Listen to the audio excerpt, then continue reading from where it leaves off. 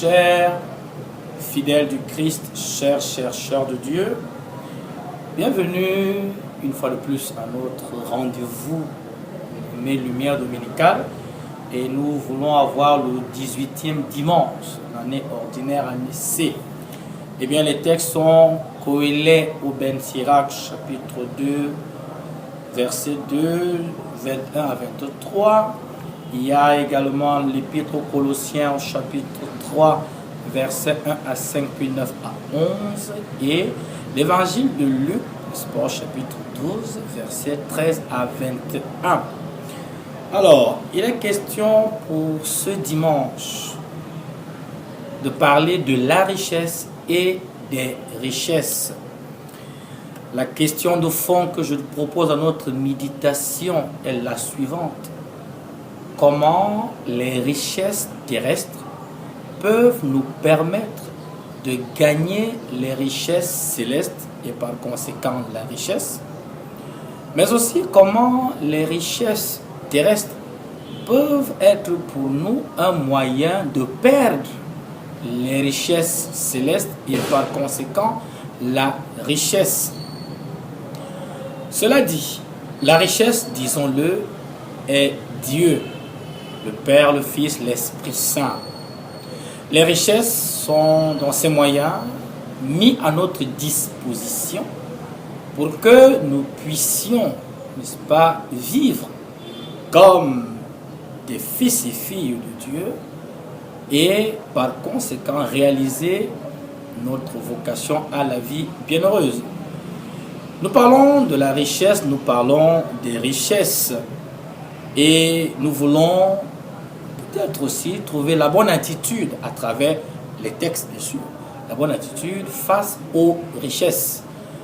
Les avoir, est-ce que c'est mauvais, est-ce que c'est bien? C'est une question, mais il faut déjà dire que Dieu n'est pas contre la richesse puisqu'il en est le créateur, mais il est contre un certain usage de celle-ci. Alors on s'amuse comme ça. La première lecture nous rappelle que les choses passent et il faut trouver celle qui demeure. Voilà qui peut être source d'angoisse. Si tout passe, avec qu'est-ce qui demeure? On répond déjà simplement en convoquant l'épître de Paul aux Corinthiens, la première, chapitre 13, verset 13. Paul dit, l'amour ne passera jamais. L'amour est éternel. Dieu est éternel. Donc, ce pourquoi il faut s'investir, c'est que l'amour demeure pour nous. On peut également citer Matthieu 7, 24 à 27, où Jésus nous invite, n'est-ce pas, à bâtir sur ce qui demeure, sur le roc. Et pour perdre cette recherche vaine. Kohélet Ben Sirach nous dit qu'il ne faut pas s'angoisser outre mesure. Quand on va dans la course aux richesses, on perd la paix du cœur. On est stressé, on est angoissé, on se pose mille et une questions, on court après le temps.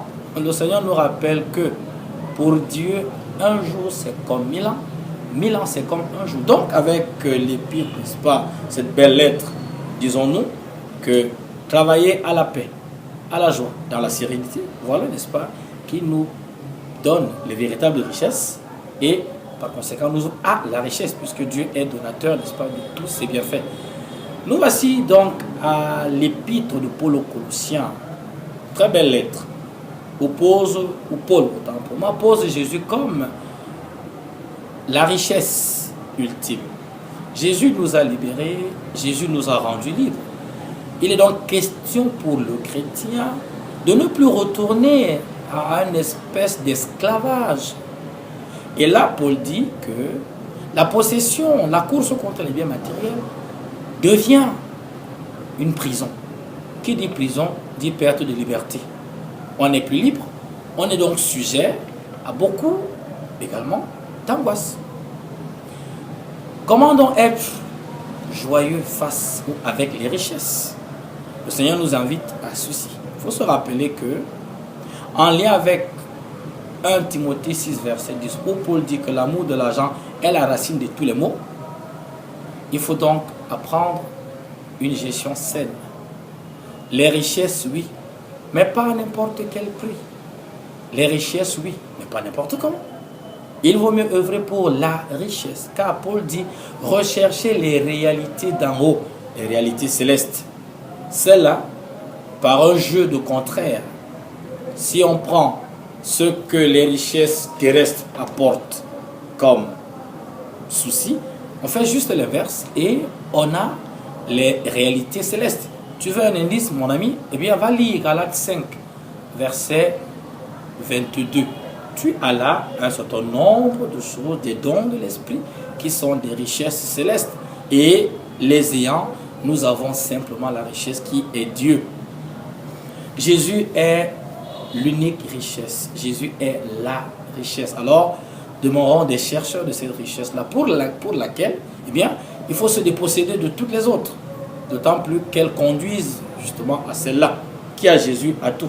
Et c'est comme celui qui a l'Esprit Saint a tout. L'Évangile nous rapporte que le moyen par excellence, puisqu'on a posé la question, comment faire pour que les biens terrestres nous procurent les biens célestes et par conséquent le bien éternel, Dieu, la vie éternelle. L'Évangile nous dit que le meilleur moyen est le partage. Voilà le mot, partager, se déposséder. Dans le livre des Actes des Apôtres, chapitre 20, verset 35, Luc affirme qu'il n'y a plus de joie à donner qu'à recevoir.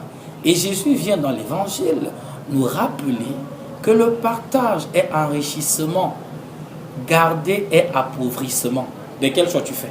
Si tu veux être riche, alors partage. Si tu veux demeurer pauvre, plein de soucis, eh bien, simplement fais comme l'homme de l'Évangile. Ta vie te sera demandée à l'instant T. Et tout ce que tu as amassé, pourquoi l'as-tu amassé? Amasser, accumuler, c'est inutile, c'est pas la peine. On a de la joie, n'est-ce pas, à partager. On a de la joie à donner. Donner est la vraie richesse. Et justement, Paul nous aide en ce dimanche en dressant le véritable portrait du chrétien. Toi, moi, nous qui nous réclamons de Jésus. 1 Timothée 6, 17 à 19. Là, Paul invite les possesseurs des richesses, puisqu'il faut être riche en vue de Dieu. Mais il dit également que le véritable riche est celui-là qui partage, est celui-là qui n'accumule pas, est celui-là qui prend soin des autres. Je veux rappeler ici que le partage est une œuvre de la miséricorde divine. Et en ce dimanche, le 18e de l'année de grâce, le Seigneur nous invite à faire de lui notre seule richesse en partageant avec les autres. Qui a doit apprendre à donner. Garder, c'est inutile. Vivement que ce que nous gardons jalousement pour diverses raisons ne soit pas une occasion qui nous donne de ne pas aller au ciel. Que Jésus, mon cher frère, ma chère sœur, mon ami, nous aide à user à bon escient des richesses et que nous soyons des chercheurs de la vraie richesse. Dieu, le Père, le Fils, l'Esprit Saint, et qui nous donne quoi? Devine, la vie éternelle. Alors, qu'est-ce que tu vas désormais faire des richesses puisque tu en es comblé? Personne ne peut dire qu'il n'en a. Que toutes les richesses que nous avons nous orientent vers le Seigneur en nous mettant au service des uns et des autres en partageant. Détache-toi de ce qui ne vient pas de Dieu. Attache-toi à ce que tu donnes. Je te souhaite un bon dimanche, je te souhaite une sainte semaine et retrouvons-nous la semaine prochaine pour, n'est-ce pas, un autre pas vers le royaume, un autre pas vers la félicité, un autre pas vers simplement le bien-être. Bon dimanche à toi.